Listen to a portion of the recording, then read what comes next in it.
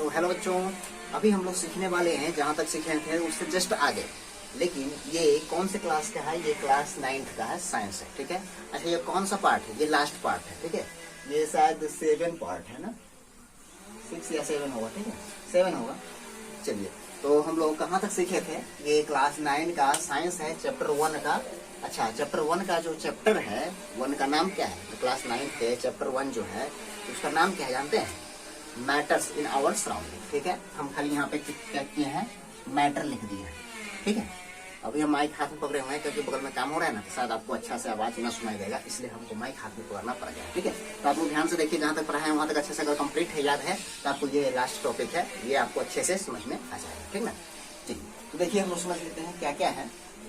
आज का जो टॉपिक है लास्ट वाला, वो है चेंजिंग टेम्परेचर यूनिट। यानी कि हमको इसमें क्या समझना है कि जो टेम्परेचर होता है, ताप टेम्परेचर, उसको चेंज कैसे करते हैं। तो पहले तो समझना होगा कि टेम्परेचर कितने टाइप के हम लोग को पढ़ना है। ठीक है, यानी कि टेम्परेचर को कितने तरीके से हम लोग मेजर करते हैं। ठीक है, उसको 3 तरीके से हम लोग मेजर करते हैं। कौन कौन तरीका है? देखिए यहाँ पे हम लिख दिए हुए 3 तरीका होता है। पहला तरीका होता है केल्विन, जिसको हम लोग केल्विन बोलते हैं। दूसरा होता है सेल्सियस। ठीक है, और तीसरे वाले को हम लोग क्या बोलते हैं? फ़ारेनहाइट। ठीक ना। यानी कि हम लोग टेम्परेचर को 3 तरीके से मेजर करते हैं। कौन कौन 3 तरीका होता है? तो पहला होता है केल्विन, याद कर लीजिए। दूसरा होता है सेल्सियस, और तीसरा क्या होता है? फ़ारेनहाइट। ठीक है। चलिए, तो देखिए केल्विन को हम लोग डिनोट करते हैं इस तरीके से, कैपिटल की के। कैपिटल के को मतलब हम लोग क्या बोलते हैं? केल्विन बोलेंगे। और सेल्सियस को सीधे सी नहीं लिखेगा, उसको डिग्री सेल्सियस लिखा जाता है। ठीक ना। सीधे अगर सी लिख दीजिएगा, सीधे अगर सी लिख दीजिएगा ना, कोई समझेगा नहीं कि ये क्या सेल्सियस लिखे हुए हैं। समझ जाएगा कि ये मतलब कार्बन हो सकता है या कुछ और हो सकता है, कुछ भी समझ सकता है। लेकिन आप जैसे यहाँ पे डिग्री लगा दीजिए तो समझ जाएगा कि वो ये टेम्परेचर का यहाँ पे बात कर रहा है, यानी कि ये डिग्री सेल्सियस दिया हुआ है। ठीक है। और सीधा ये सेल्सियस लिखेगा तो कोई दिक्कत नहीं है, पता चल रहा है कि सेल्सियस लिखा हुआ है। लेकिन सीधा सी लिख दीजिएगा तो गड़बड़ा जाएगा, इसलिए इसको इस तरीके से लिखा जाता है, डिग्री सेल्सियस लिखा जाता है। ठीक है। उसी तरीके से फ़ारेनहाइट को भी डिनोट किया जाता है डिग्री फ़ारेनहाइट, यानी कि डिग्री एफ। ये कैपिटल एफ है यहाँ पे, कैपिटल सी है यहाँ पे, कैपिटल के है। यानी कि तीनों में जो लिखे हैं ये कैपिटल है। ठीक है, यहाँ तक समझ में आ गया? Good boy. ध्यान से देखते रहना, ध्यान से देखते रहना, और पहले पूरा अच्छे से समझ लेना है, उसके बाद नोट करना है। ठीक ना। गुड। चलिए, तो अब हम लोग थोड़ा सा समझ लेते हैं कि आपको इसमें क्वेश्चन कैसे पूछा जाएगा। देखिए, क्वेश्चन पूछने का तरीका एक ये है, क्या है? Convert 27 degree Celsius into kelvin. यानी कि आपको कुछ टेम्परेचर दिया रहेगा डिग्री सेल्सियस में, उसको बोलेगा केल्विन में कन्वर्ट करो। ठीक है। या अगला क्वेश्चन हो सकता है, बोल देगा कुछ केल्विन में आपको दिया रहेगा, यहाँ पे डिग्री सेल्सियस में दिया था टेम्परेचर, यहाँ पे केल्विन में दे देगा, बोलेगा इसको किसी में कन्वर्ट करो, डिग्री सेल्सियस में कन्वर्ट करो। या आपको डिग्री सेल्सियस में दे देगा टेम्परेचर और बोलेगा उसको डिग्री फ़ारेनहाइट में चेंज करो। तो इस तरीके का क्वेश्चन हम लोग कैसे सॉल्व करेंगे वो जान लेते हैं। ठीक है। देखिए, उसका मात्र 2 फॉर्मूला आप लोग अगर अच्छे से याद कर लीजिए ना, 2 फॉर्मूला, तो आप लोग को अच्छे से वो कंप्लीट हो जाएगा। ठीक है, अच्छे से बन सकता है, कोई भी टेम्परेचर को आप अच्छे से कन्वर्ट कर सकते हैं। तो पहला फॉर्मूला तो ये होता है। ठीक है, क्या लिखा हुआ है? Kelvin equal two degree Celsius plus 273.15, यानी कि केल्विन इक्वल टू के बराबर डिग्री सेल्सियस प्लस 273.15। ठीक है। चलिए, अब क्या होता है थोड़ा सा समझ लीजिए कि 0 डिग्री सेल्सियस को ही हम लोग बोलते हैं 273.15 केल्विन, ये याद रखना है। ठीक है, या इसी को शॉर्ट में ऐसे ही बोला जाता है, 0 डिग्री सेल्सियस अप्रोक्स किसके बराबर होता है? तो 273 केल्विन के होता है। ठीक है, यानी 0.15 को निगलेक्ट कर दिया जाता है। ठीक है, लेकिन निगलेक्ट कब करना है सो जान लीजिए। अगर आप एनसीईआरटी का क्वेश्चन बना रहे हैं तब आपको 0.15 लिखना ही होगा।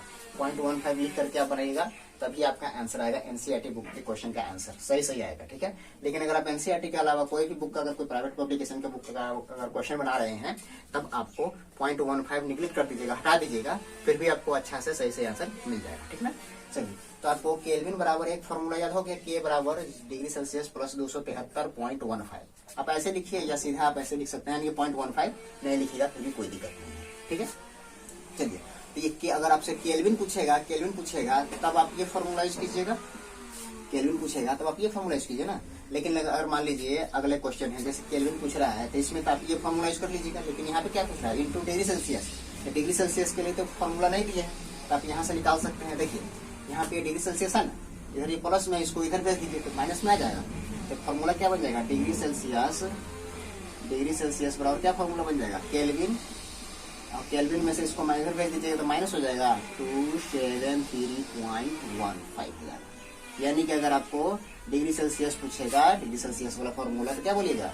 Kelvin minus 273.15, 273.15। यहाँ तक समझ में आया कि नहीं आया? गुड। अब अगला पॉइंट क्या है सो जान लीजिए। अगर आपसे डिग्री फ़ारेनहाइट का फॉर्मूला पूछेगा तो डिग्री फ़ारेनहाइट का फॉर्मूला ये होता है, याद कर लेना, ठीक है। 9/5 into degree Celsius plus 32 degree, ठीक है। आपको अभी ये फॉर्मूला जो नहीं फॉर्मूला याद रखना है, हम लोग को आगे चल के सीखना होता है कि आखिर ये फॉर्मूला आता कैसे है, ठीक है।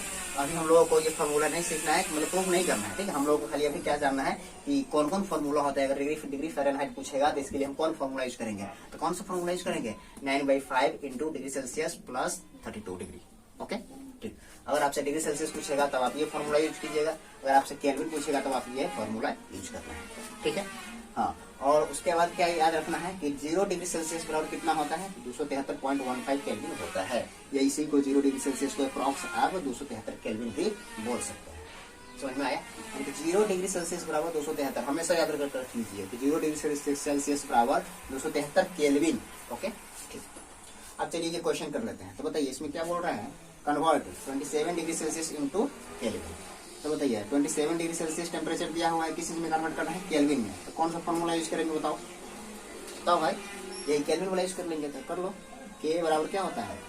डिग्री सेल्सियस प्लस 273.15 कर लो। बताइए तो डिग्री सेल्सियस का वैल्यू क्या है? डिग्री सेल्सियस का वैल्यू 27 है, यहाँ पे 27 डाल दीजिए प्लस 273.15, इसको ऐड कर लीजिए तो कितना हो जाएगा? 300 हो जाएगा। 300.15 क्या है? केल्विन में निकाल रहे हैं ना, तो केल्विन में आ जाएगा अपना आंसर, केल्विन में आंसर हो जाएगा। समझ में आया? केल्विन में कन्वर्ट हो गया, ये बोल रहा था convert 27 degree Celsius into kelvin, okay. चलिए अब थोड़ा सा और आगे जान लेते हैं।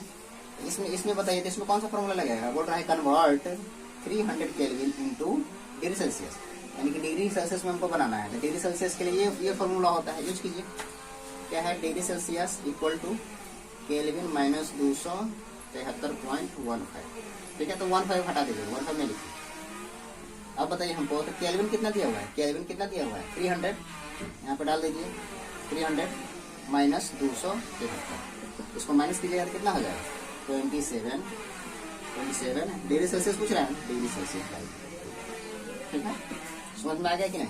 देखिए इसका उल्टा हो गया, यहाँ पे 300 आया था, अगर 27 डिग्री सेल्सियस दिया था तो 300 आया था ना, यहाँ पे 300 दिया हुआ है तो 27 आ गया कि नहीं आ गया?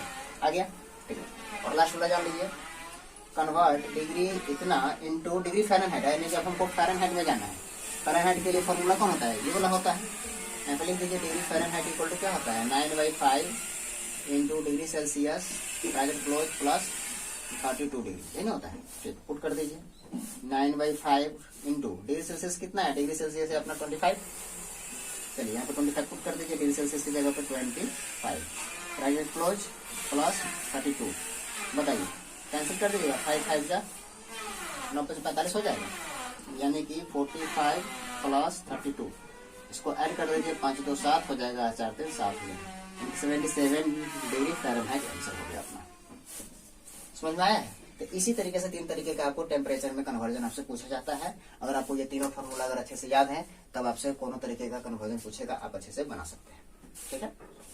चलिए ये अगर आपको अच्छे से कंप्लीट हो गया तब यहाँ पर 3 गो कुछ अच्छा क्वेश्चन आपको डाला गया है, और इस तरीके का क्वेश्चन में अधिकतर टीचर लोग भी मतलब कंफ्यूज हो जाते हैं, ठीक है। लेकिन अब आप लोग कंफ्यूज नहीं होइएगा, क्योंकि आप हमसे पढ़ रहे हैं ना, और मेरा मकसद है कि आपको अपने क्लास में टॉपर रहना है, नंबर 1 पे रहना है, ठीक है। तो नंबर 1 पे कब रहिएगा?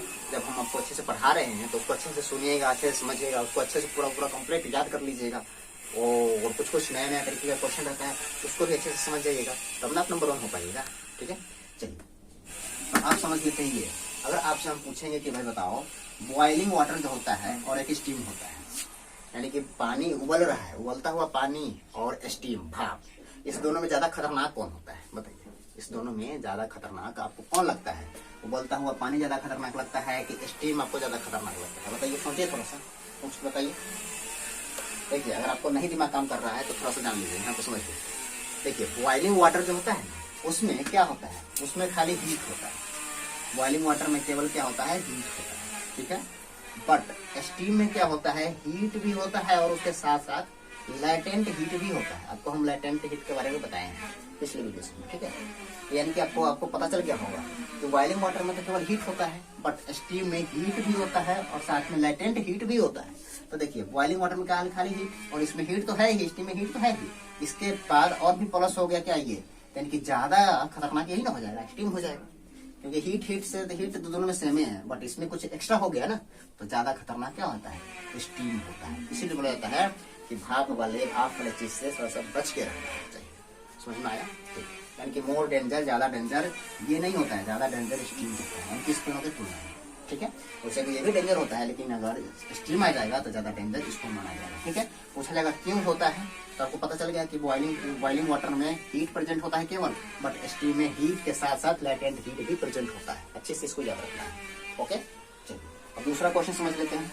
आपसे अगर हम पूछेंगे कि भाई बताओ 0 डिग्री सेल्सियस वाटर, यानी कि वो वाटर है वो कितना डिग्री पर है, 0 डिग्री सेल्सियस पे है, और एक आइस भी है, आइस भी कितना पे है, 0 डिग्री सेल्सियस पर ही है, यानी कि पानी भी 0 डिग्री सेल्सियस पर है और आइस भी 0 डिग्री सेल्सियस पर ही है। तो पूछेंगे ये दोनों में ज्यादा ठंडा कौन लगेगा, ज्यादा ठंडा, जैसे ऊपर में था ज्यादा गर्म ज्यादा खतरनाक वाला, और सेम इसी तरीके से यहाँ पर है, यानी कि 0 डिग्री सेल्सियस पर वाटर है और 0 डिग्री सेल्सियस पर आइस है। तो पूछेंगे कि भाई बताओ कि दोनों में ज्यादा ठंडा आपको कौन लगेगा, कौन महसूस ज्यादा ठंडा होगा, 0 डिग्री वाटर वाला कि 0 डिग्री आइस वाला। तो सिंपल बात, सब बात समझिए। 0 डिग्री वाटर में क्या होता है, हीट एनर्जी को एब्जॉर्ब करता है, 0 डिग्री वाटर जो होता है वो खाली क्या करता है, हीट एनर्जी को एब्जॉर्ब करता है, बट उसी में 0 डिग्री सेल्सियस वाला आइस जो होता है वो हीट एनर्जी के साथ साथ लैटेंट हीट ऑफ फ्यूजन को भी एब्जॉर्ब करता है। समझ में आया? हाँ, यानी कि 0 डिग्री वाटर वाला खाली हीट एनर्जी को एब्जॉर्ब करता है, बट ये आइस क्या करता है, हीट एनर्जी को तो एब्जॉर्ब करता है, साथ में लैटेंट हीट ऑफ फ्यूजन को भी एब्जॉर्ब कर लेता है। इसी कारण से हम लोग को ज्यादा ठंडा 0 डिग्री पे आइस ज्यादा ठंडा लगेगा 0 डिग्री वाटर के तुलना में। समझ में आया? तो यानी कि आपसे अगर कोई पूछेगा कि भाई बताओ 0 डिग्री सेल्सियस पर जो वाटर होगा वो ज्यादा ठंडा क्यों नहीं लगेगा, तो क्या बताइएगा, बोलेगा क्योंकि 0 डिग्री सेल्सियस पर जो वाटर होता है वो तो खाली हीट एनर्जी को ही एब्जॉर्ब करता है, लेकिन 0 डिग्री पर जो आइस होता है वो हीट एनर्जी के साथ साथ लैटेंट हीट ऑफ फ्यूजन को भी अपने अंदर एब्जॉर्ब कर लेता है, इसलिए ज्यादा ठंडा हम लोगों को 0 डिग्री सेल्सियस वाला आइस लगेगा। Okay, good. अब लास्ट क्वेश्चन है यहाँ पे, देखिए ये बहुत अच्छा क्वेश्चन है।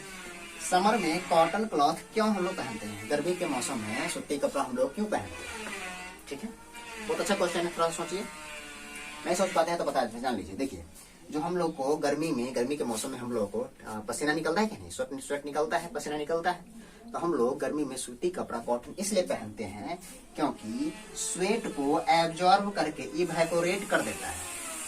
तो कॉटन क्लॉथ क्या करता है, जो हम लोग का स्वेट होता है उसको एब्जॉर्ब करता है, पहले एब्जॉर्ब करके इवेपोरेट यानी कि इवेपोरेट कर देता है। दैट्स वाई, इसीलिए हमारा बॉडी लैटेंट हीट लूज कर देता है, जिस कारण से हमारा बॉडी जो होता है लैटेंट हीट को लूज कर देता है और हमें कूल फील होता है, यानी कि हमको ठंडा महसूस होता है। समझ में आए? हम लोग तो सीधे जानते हैं कि गर्मी में सूती कपड़ा पहन लो तो ठंडा लगेगा, ज्यादा गर्मी नहीं लगेगा, लेकिन उसका जो होता है उसका रीजन ये होता है कि सूती कपड़ा क्या करता है, वो मतलब वो हमारे स्वेट को, पसीना को एब्जॉर्ब करता है, एब्जॉर्ब करने के बाद वो इवेपोरेट कर देता है, इजिली आसानी से इवेपोरेट कर देता है, जिस कारण से हमारा बॉडी लेटेंट हीट को लूज कर देता है और हम लोगों को ठंडा महसूस होता है, कूल फील आता है, अच्छा फील आता है।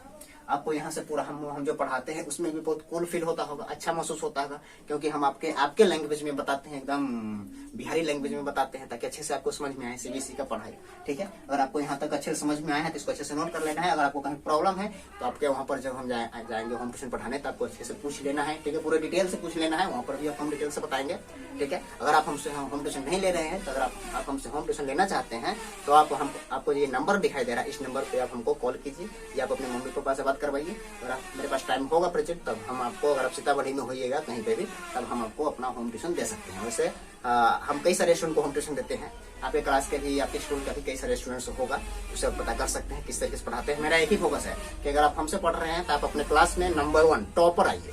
समझ में आया? हाँ, ठीक है। तो इसको अच्छे से पहले नोट कर लीजिए और आपसे मिलते हैं फिर से अगले चैप्टर में, ठीक ना। Thank you. इसको अच्छे से याद कर लेना है लेकिन, ओके।